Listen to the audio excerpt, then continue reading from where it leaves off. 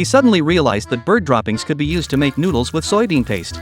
As long as they contained undigested seeds, he could plant them and later harvest crops to get the ingredients for his noodles. He began to collect droppings like crazy.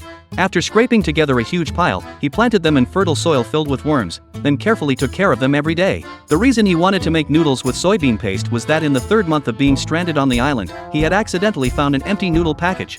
From that day on, even in his dreams, he saw the tempting image of those noodles.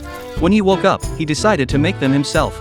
He collected all the plants on the island, crushed them along with their seeds into powder, mixed it with water, and tried to make dough. But it always turned out as a gray lump of mud, never real dough. He felt extremely disappointed and could only keep eating roasted fish to fill his stomach. But the next day during a nap, he was woken by the sound of bird droppings falling, which gave him a new idea. He valued his crops very much. He collected all the droppings to use as fertilizer.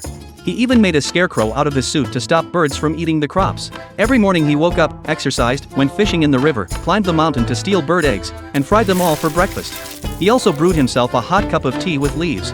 After eating, he went to work in the fields. His crops finally sprouted. 3 months later, the stalks even grew small ears of corn. Just as he was full of joy, a delivery man suddenly appeared on the island. The delivery man brought him noodles with soybean paste in all flavors along with snacks. He was so tempted that his mouth watered, but in the end he sent the noodles back. He believed that making a bowl of noodles by himself would be the one success in his otherwise failed life. After more time passed, all his crops ripened, and he had many kinds of harvests. He picked all the corn kernels, mixed it with water, and this time he finally made real dough, crushed them into powder with a wine bottle. He cut the dough into noodles, cooked them in boiling water, and took out the seasoning packet he had saved for so long.